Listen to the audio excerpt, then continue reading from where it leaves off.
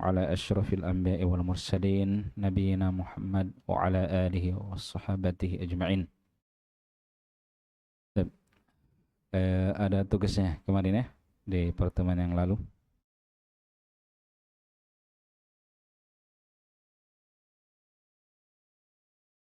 Berkata penulis rahimahullah, tamrin. Apa artinya tamrin? Latihan ya. Kalau tamarin, latihan-latihan. Dia bentuk jamak. Kalau tamrin, latihan. Iqra waktub, baca dan tulislah. Iqra, bacalah, waktub dan tulislah.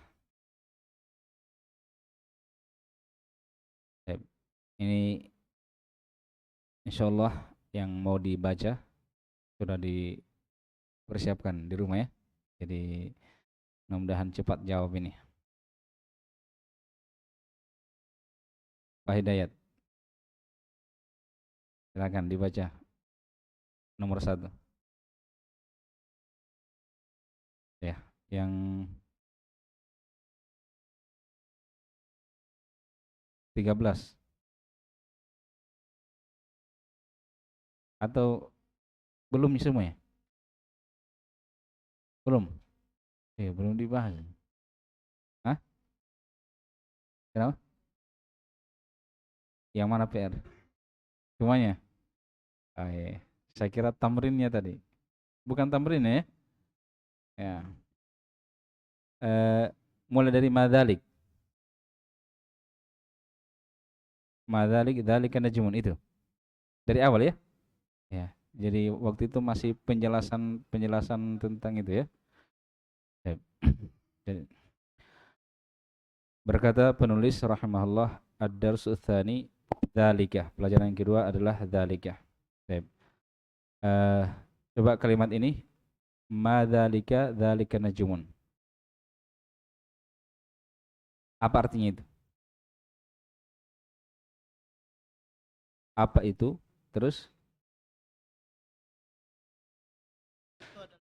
itu adalah bintang.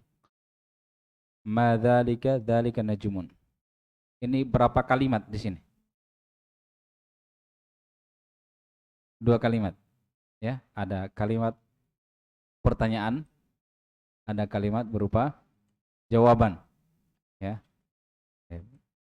Jadi pertama dilihat dulu secara umum. Nah, baru rincian satu persatunya. Karena ada 2 kalimat ini dipisah. Ada pertanyaan, ada jawaban. Kita ke pertanyaan dulu. Kalimat dalam bahasa Arab disebut apa? Dalam ilmu nahwu. Kalimat itu disebut apa?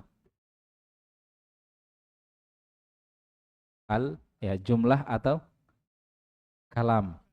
Ya, kalam ya. Al-kalam atau jumlah. Kalam ada 2. Masih ingat? 1 jumlah ismiyah, 2 jumlah fi'liyah. Nah, kalau jumlah ismiyah susunannya isim dan isim. Nah, atau kata lainnya begini, kalau mau detailnya mubtada dan khabar. Nah, gitu. Kalau jumlah fi'liyah susunannya fi'il baru pelaku. Ya, fi'il kata kerja kemudian pelaku. Ya. Saya contohkan ya. Muhammadun talibun. Muhammad adalah seorang pelajar. Jumlah apa ini? Jumlah ismiyah. Ya. Susunannya isim. Ada tanwin ya. Nah, karena dia mubtada berarti harus dhammah, karena dhammah mubtada itu terkena hukum rafa, tanda rafa dengan dhammah. Khabar juga begitu. Nah, kalau jumlah fi'liyah begini, ini pertama kali saya contohkan ya. Karena mungkin sudah penasaran ya, hanya tahu nama tapi Waalaikumsalam. Belum dicontohkan. Nah, misalnya kata kerja ya, kata kerja eh, zahaba artinya telah pergi ya, telah pergi. Ya, siapa yang pergi? Muhammad misalnya. Nah, ini Muhammad namanya pelaku ya, pelaku. Nah, pelaku disebut al-fa'ilu. Fa'il. Fa'il artinya pelaku ya. Jadi aturannya kalau pelaku itu harus duluan dulu kata kerjanya. Telah pergi, siapa yang pergi? Muhammad ya. Ya. Tapi kalau diterjemahkan ya, kalau bahasanya kita duluan mana? Pelaku dulu baru kata kerja ya. Muhammad telah keluar ya. Jadi ketika kita terjemahkan ke bahasa Indonesia ya pakai aturan bahasa kita. Duluan pelaku dulu. Muhammad telah pergi, bukan telah pergi Muhammad, bukan ya. Nah, itu yang pertama. Yang kedua,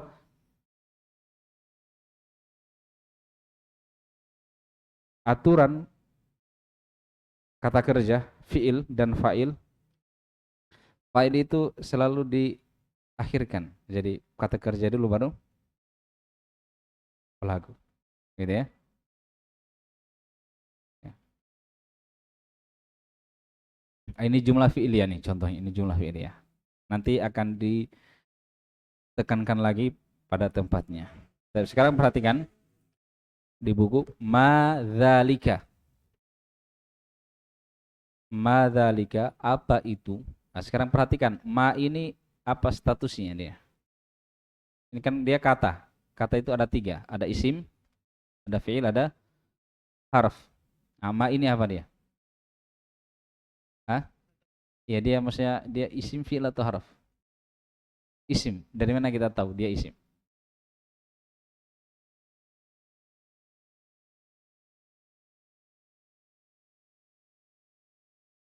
Hah? Kenapa? Nanti kalau tidak tahu dijelaskan sebentar ya. Siapa yang tahu? Ah, coba. Abu Syawal. Ya, dari namanya. Namanya ma di sini apa namanya? Isim istifham. Jadi kita bisa tahu ini isim, itu ini fiil, ini harf. Banyak cara sebenarnya. Ada juga yang paling mudah itu dengan tandanya. Tanda isim yang baru kita pelajari satu, yaitu tanwin. Kapan ada kata bertanwin, berarti dia adalah isim. Ya, jadi kata itu ada tiga jenis dalam bahasa Arab. Ada isim, ada fiil, kata kerja, dan ada harf. Ya. Untuk memudahkan itu banyak cara sebenarnya. Ada beberapa. Di antaranya memakai tanda. Kalau kapan ada tanda isim berarti dia isim. Ada tanda fiil berarti fiil. Kalau tidak ada, kalau bukan tanda, tidak ada tanda isim, tidak ada tanda fiil dan tidak cocok kalau dimasukkan, tidak bisa menerimanya. Kalau begitu pasti huruf karena hanya tiga kan. Kalau tidak bisa fiil, tidak bisa isim, kalau begitu pasti huruf. Begitu cara menentukan huruf. Ya, selalu dulu ini isim atau bukan? Oh bukan. Ini fiil atau bukan? Bukan. Kalau begitu harf. Jangan ini harf atau bukan. Jangan. Dia terakhir. Kalau bukan isim, bukan fiil, berarti harf. Ya. Kalau sudah tidak bisa isim, tidak bisa fiil, itu dipastikan harf. Tidak usah cari alamatnya apa ini, kenapa dia harf. Sudah pasti. Ya. Nah, di antaranya juga dengan namanya, melihat namanya. Ma di sini kan kata tanya. Nah, isim istifham. Ya, kaidahnya kan begini kaidahnya ya. Semua kata tanya, apa kata tanya itu ada dua. Ya. Ada isim, ada harf. Tidak ada fiil. Ada isim, ada harf.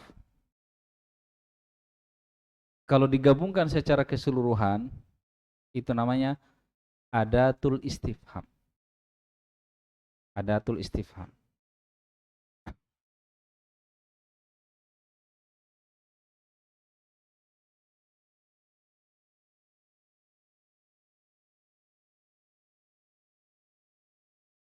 Ini sin ya, sin. Istifham. Adatul istifham ini namanya. Ya. Ada di sini alat-alat pertanyaan atau bisa kita bilang kata-kata tanya begitu ya. Kata tanya. Nah, hanya kan terbagi dua tadi. Ada isim, ada harf. Ya. Ketika masuk rincian, kalau ini secara umum ini mencakup isim dan huruf. Nah, kalau sudah masuk rincian, kalau dia isim berarti dia namanya isim istifham. Kalau dia huruf berarti huruf istifham. Nah, begitu ya. Jadi adatul istifham ada dua, ada isim al istifham dan ada harf harf istifham. Nah, seperti itu. Nah, dan saya sudah beri kaidah. Ya, ini selalu saya ingatkan ya supaya melekat ya. Ilmu itu harus diulang. Ya, harus selalu diulang. Huruf istifham ada berapa? Hah? Dua. Satu, hamzah. Yang kedua, hal. Hal ya. Hamzah dan hal. Artinya sama. Apakah? Ya. Kalau ada hamzah bermakna apakah atau hal, berarti dia adalah huruf istifham. Kalau isim istifham sisanya, kapan ada kata tanya, bukan hamzah, bukan hal, berarti pasti isim. Sudah paham di sini? Nah, gitu, ya. Yang sudah dengar ketiga kalinya, keempat kalinya pasti lebih paham. Ya, seperti itu ilmu. Karena di awal kali itu ya susah masuk. Yang nasihat juga begitu. Ya, ketika kita mengajar, berdakwah, jangan satu kali disampaikan, tidak berarti tidak bisa itu susah. Ya, padahal di situ sudah terbiasa dengan hal yang keliru. Ya, untuk memperbaikinya kadang juga perlu selalu diulang. Ya, kalau di situ sudah mendarah daging itu suatu kebiasaan, maka sering sebarkan ilmu di situ. Kuatkan, perbanyak.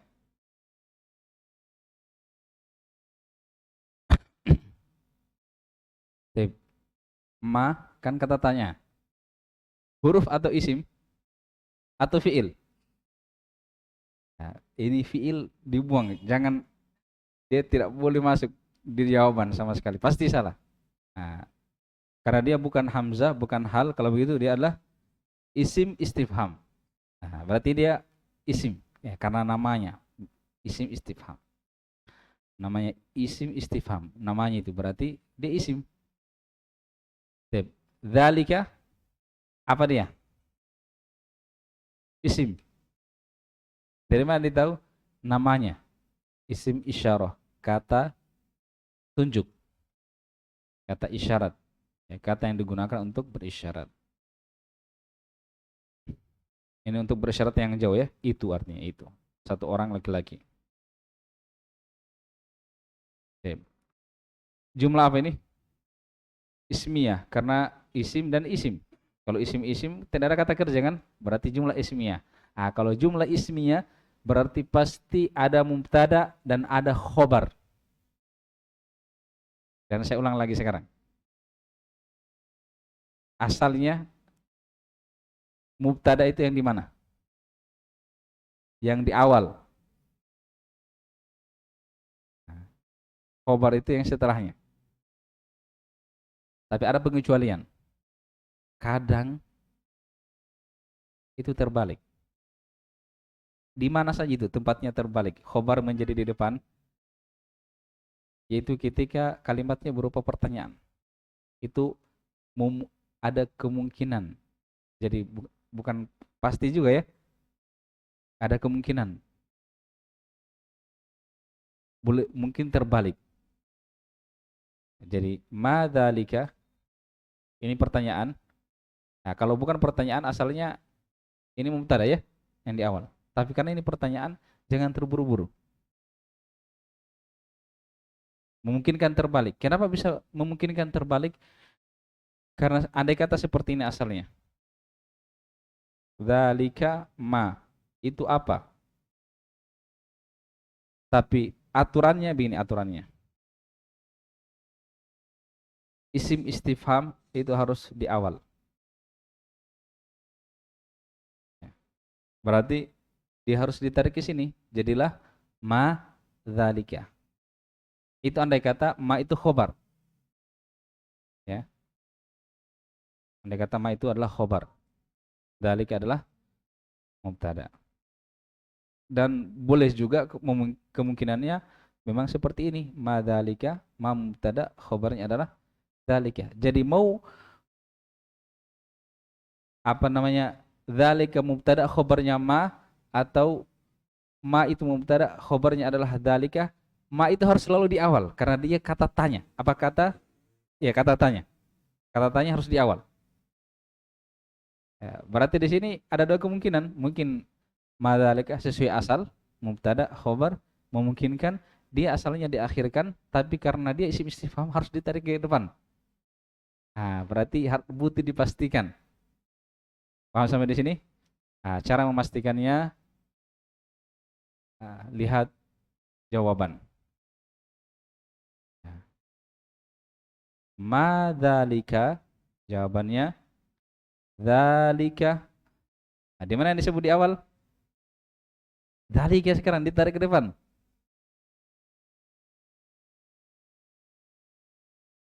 Apa itu? Itunya kita ulang. Itu adalah najmun. Ini najmun jawaban dari pertanyaan ma. Kan begitu? Ya. Apa itu? Ketika ada jawaban, itu adalah najmun, bintang. Ini ma jawaban apa? Najmun jawaban dari pertanyaan ma. Paham? Nah, perhatikan, dzalika ditarik ke depan mubtada. Berarti di sini mubtada. Najmun jawaban dari ma, dia diakhirkan. Berarti ma ini adalah khobar. Nah, karena sudah pernah kita temukan begini, lain kali walaupun tidak ada jawabannya, kita ditanya. Ma dzalika, misalnya ada ini jauh misalnya, ini dekat ya, misalnya anggaplah jauh. Saya tanya, ma dzalika? Sekarang belum ada jawabannya. Tapi kan sudah pernah lewat. Ma dzalika itu, ma itu khobar, ma dzalika adalah mubtada, itu sudah tidak berubah lagi. Makanya kalau sudah sering kita latihan membaca, ya, itu kan kadang ada perubahan kosakata, tetapi susunan kalimat itu mirip-mirip. Jadi kalau sudah terlatih itu tidak dilihat, dicermati baik-baik baru ditahu, tidak. Orang berucap, membaca, kita sendiri membaca dengan cepat itu langsung masuk itu. Ini kedudukannya ini seperti ini. Nah, tapi di awal kali harus pelan-pelan. Ya. Baik. Dzalika najmun. Dzalika mubtada, najmun adalah khabar ya. Berikutnya Abu Syawal.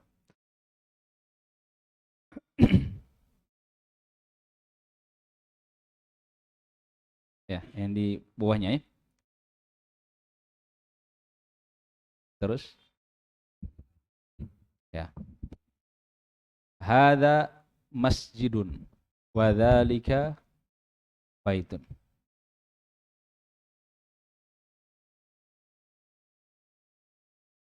Ini masjid dan itu rumah. Saya ingatkan lagi, itu sudah bisa ya tadi, sudah bisa, sudah benar. Nah, Bisa juga kita tambahkan kata adalah. Jadi sebelum menerjemahkan khobar, khobarnya kan di situ masjid. Ada isim di awal, isim isyarah ya. Isim di awal kalimat, berarti di mubtada. Ini bukan pertanyaan ya, bukan pertanyaan. Masjidun khobar. Ya. Ketika kita menerjemah, sebelum menyebut masjid, bilang dulu adalah. Ada ini adalah masjid. Nah, begitu. Itu kalau cocok ya. Kebanyakannya seperti itu. Kalau tidak cocok, ya jangan dipaksakan. Ya. Wadzalika baitun. Dan itu adalah rumah. Ya. Masjidun. Kenapa dhammah harokatnya? Harokat akhirnya. Hadza masjidun. Kenapa bukan masjidan atau masjidin? Karena dia terkena hukum rafa sebagai khobar. Insyaallah barakallahu fiik. Betul jawabannya. Baik, berikutnya. Yang di belakang ditarik-tarik terus. Kayaknya harus maju ke depan, di bawah sini bagus. Kenapa harus jauh-jauh?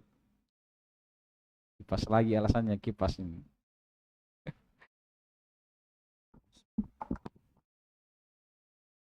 Hadza hisanun wa dzalika himarun. Masya Allah.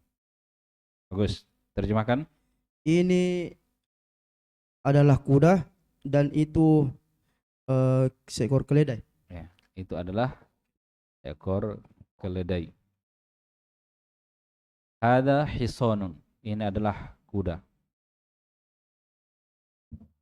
Hisonun kedudukannya dalam kalimat sebagai apa? Khobar. Nah, hukumnya rofa ya. Baik. Jadi rofa itu hukum. Jadi isim itu dia terkena salah satu dari 3 hukum. Rofa atau nasab atau jer. Itu hukumnya ya. Ya. Jadi hukumnya itu perubahannya.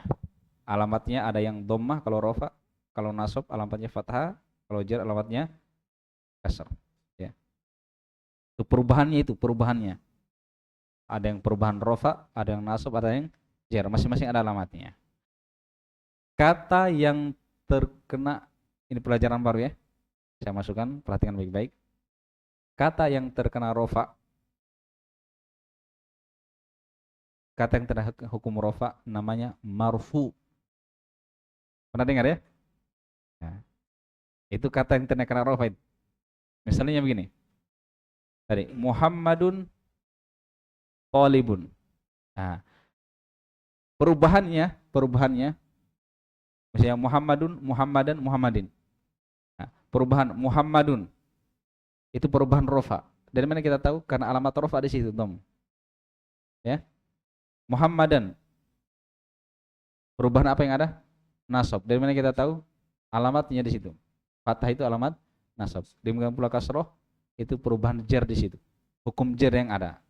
Nah, tapi Muhammad kata yang terkena rofa, Muhammadun Thalibun. Ini kata yang terkena rofa. Nah, itu disebut marfu. Artinya kata yang terkena rofa. Marfu'un. Nah, kalau yang terkena nasab, belum ada contohnya ya. Nah, apa saya sebut? Tapi yang wajib kita hafal yang ini ya. Nah, kata yang terkena nasab namanya mansub. Ya. Mansub. Nah, kata yang terkena jar namanya majrur. Ya, ini dihafal saja, istilah ini dihafal. Ya. Nah, karena kita sering belajar rofa, yang harus dihafal itu adalah istilah rofa. Nah, jadi begini namanya. Kalau kita membaca kalimat begini, Muhammadun mudarrisun. Muhammadun mudarrisun. Muhammad ini apa kedudukannya dalam kalimat? Mubtada. Kita bilang Muhammad mubtada. Hukumnya? apa hukumnya? Maruf, hukum rofa. Ya, berarti kita bilang mubtadaun marfu, artinya Muhammad posisinya dalam kalimat adalah mubtada terkena hukum rofa. Itu kalau dibahasakan bahasa Indonesia panjang. Kalau bahasa Arabnya Muhammadun mubtadaun marfu, singkat. Kalau di bahasa Indonesia kan panjang. Ya. Muhammadun marfuun, mubtadaun marfu itu kalau diterjemahkan Muhammad itu dia mubtada terkena hukum rofa. Nah, begitu artinya. Kalau bahasa Arabnya singkat. Muhammadun mubtadaun marfu. Jadi mau pilih yang mana? Yang ringkas atau yang panjang? Pasti yang ringkas ya. Berarti sekarang kita menentukan kedudukannya pakai bahasa Arab sekarang. Ya? Ya. Saya ulang. Muhammadun talibun. Nah, coba bilang Muhammadun mubtadaun marfu'un. Ya. Jadi kita mau menentukan kedudukannya Muhammadun talibun. Kita mulai dari Muhammad. Muhammadun hukumnya mubtada. Kalau mubtada berarti terkena hukum rafa. Sebutannya marfu. Nah, sekarang begini caranya. Kalau pakai bahasa Arab, Muhammadun mubtadaun marfu'un. Ya. Coba kasih besar suaranya supaya terbiasa, tidak kaku. Kalau tidak, itu hanya di kepala lancar. Tapi pas diucapkan salah-salah atau tidak mau keluar karena tidak biasa. Ya. Jadi kalau jarang bercakap, jarang membaca, ya, hanya belajar, dia paham. Dia biasa kalau merojak juga hanya dalam pikiran. Ya. Itu paling kaku itu kalau berbicara itu, tidak bisa keluar karena tidak terbiasa. Ya. Baik. Ini Muhammadun Thalibun, kita mau i'rab, itu istilahnya i'rab tadi. Menentukan kedudukannya. Muhammadun mubtadaun marfu'un. Ya, saya tambahkan lagi ya. Karena kita sudah tahu tadi alamat rafa adalah dhamma ya. Kita bilang wa alamatu raf'ihi, dan alamat rafa'nya dhammatun, adalah dhammah. Wa alamatu raf'ihi dhammatun. Ya, ulang. Wa alamatu raf'ihi dhammatun. Satu kali lagi. Wa alamatu raf'ihi dhammatun. Satu lagi ya. Yang khobar ya, talib. Talib kan khobar.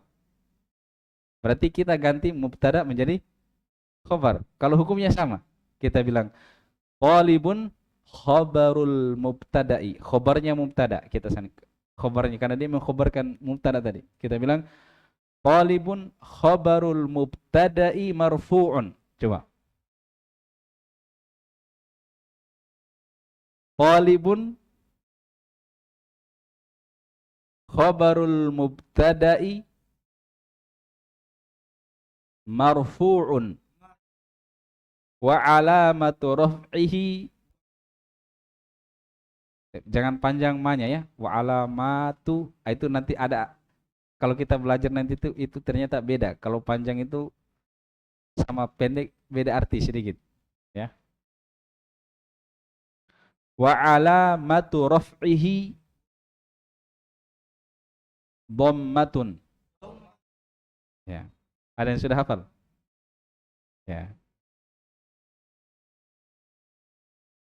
Kalau mau hafal diulang-ulang saja ya. Ulang-ulang. Nah, intinya sekarang targetnya paham dulu, paham.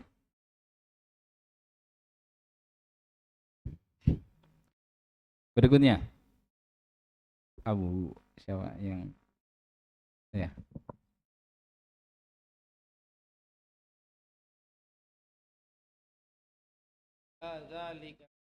Jangan panjang A-nya. Kalau hamzah istifham tidak panjang. Langsung A, langsung dha, ada. Ya. Masya Allah. Adzalika kalbun la dzalika kittun. Perhatikan. Adzalika kalbun.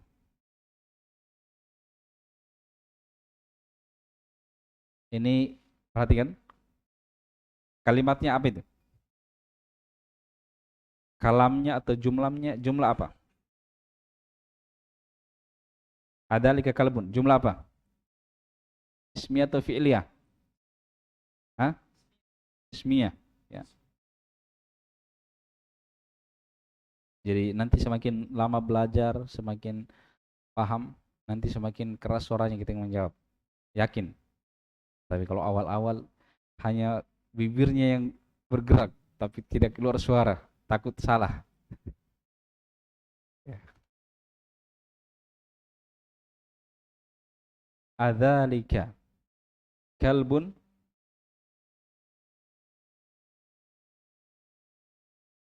Sebelum kita belajar, kalau dibacakan adzalika kalbun, bisa terjemah? Belum bisa ya. Bisa di i'rab kayak tadi. Bisa menentukan itu jumlah ismiyah? Tidak bisa. Kenapa sekarang bisa? Karena kan sudah belajar beberapa pertemuan, tah? Ya, coba kalau kita rutin itu. Setiap pelajaran itu ada beberapa faedah yang tinggal. Apalagi kalau semua faedah bisa tinggal itu. Kira-kira tahun depan itu bagaimana minta ilmu bahasa Arabnya itu? Ya, tah? Jadi semangat terus ya. Jangan terlambat, apalagi tidak hadir. Adzalika kalbun. Ada berapa kata? Kita, karena kita yang baca. Ada berapa kata? Ada 3. Jadi ini tidak dihitung ya. Ya, 1. Yang mana? Apakah di sini? Yang mana? Kan ada 3 kata, tuh. Yang pertama, apakah? Bukan apakah ya? Ya, karena tidak ada apakah di sini. Hamzah. Ya, hamzah. Dzalika, kemudian kalbun. Ya. Ini kan jumlah apa tadi? Ismiyah, ya. Ada mubtada, ada khobar. 1, 2. Ini berapa? 1, 2, 3. Berarti ada 1, dia bukan mubtada, dia bukan khobar. Nah, yang mau kita cari yang mana mubtada, yang mana khobar. Yang mana yang saat itu bukan mubtada, bukan khobar. Nah, karena dia jumlah ismiyah, selalu itu yang paling kita pikirkan itu yang mana mubtada, mana khobar. Karena dia rukun. Tidak bisa ada jumlah ismiyah kalau tidak ada mubtada khobar. Nah, Hamzah. Apakah? Ya. Bisa tidak jadi mubtada? Karena dia akan di awal. Bisa tidak jadi mubtada? Ya, ternyata walaupun dia di awal, ternyata tidak bisa. Kenapa? Karena dia huruf. Sementara mubtada harus isim. Karena pengertian mubtada itu isim di awal kalimat dan seterusnya. Dia harus isim. Sementara hamzah adalah huruf tadi kan, huruf tadi yang kata tanya ada 2 kan? Ada huruf, ada isim. Nah, yang huruf itu diantaranya hamzah. Nah, sudah. Berarti dia bukan mubtada. Bisa jadi khobar? Tidak bisa. Nah, kalau huruf tidak bisa jadi khobar. Kalau begitu mubtada khobarnya antara ini. Ya. Hanya ini kan pertanyaan ya. Boleh jadi, bisa jadi ini mubtada, ini khobar atau sebaliknya. Nah, lihat jawabannya. Lihat jawabannya. La bukan. Adzalika kalbun, apakah itu anjing? La bukan. Dzalika kittun. Itu adalah kucing. Kucing ini menggantikan apa? Kalb. Kittun menggantikan kalb ya. Nah, la huruf ya. Huruf tidak bisa jadi mubtada, tidak bisa jadi khabar. Dzalika kittun. Berubah tidak urutannya? Tidak berubah. Berarti mubtada khobar, mubtada khobar. Begitu.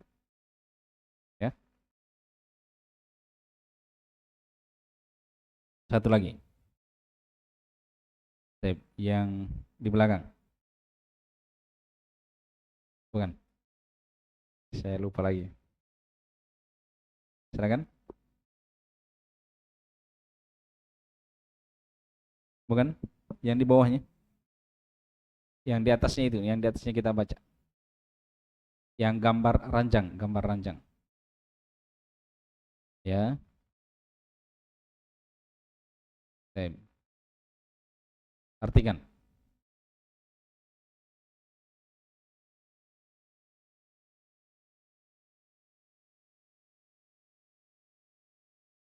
Ma bagusnya artikan apa saja, bukan bukan apakah. Apa itu?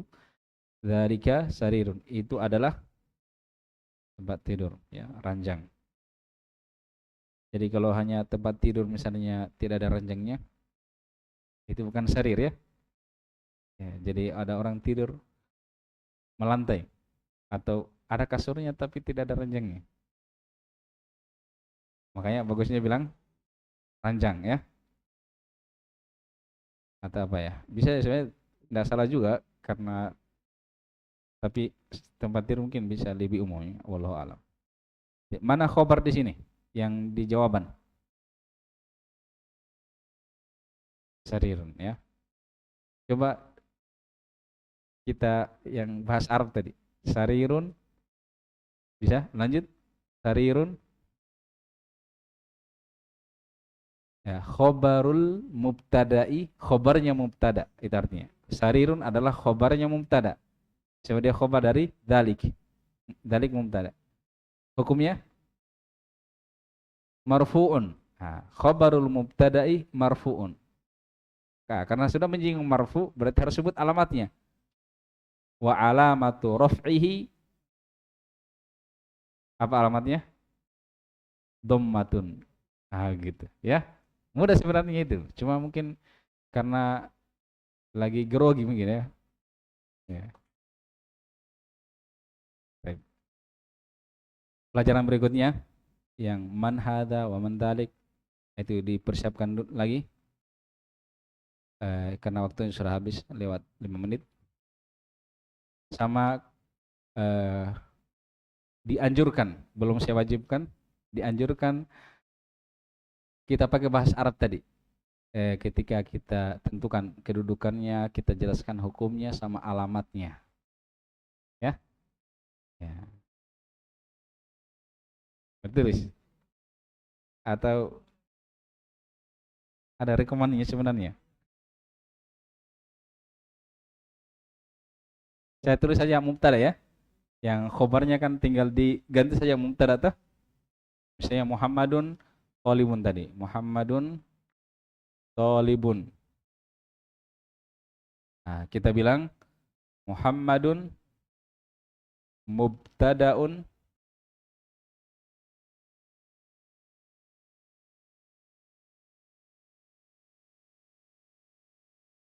marfu'un.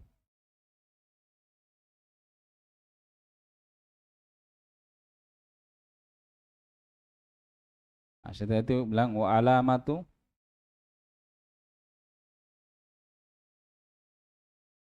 raf'ihi, alamat rafa'nya, nya ini ini nya ya.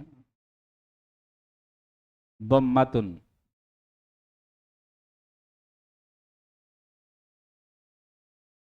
Kalau khobar thalibun bilang thalibun khobarul mubtada'i.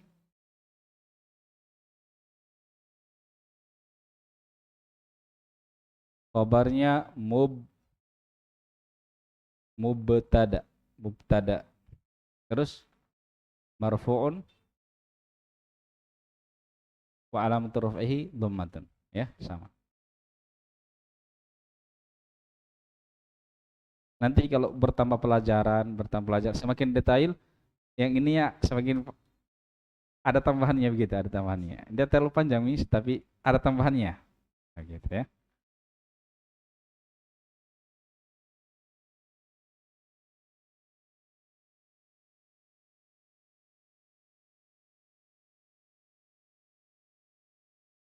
طيب إلى هنا نكتفي بهذا وصلى الله وسلم على نبينا محمد وعلى آله وصحبه أجمعين.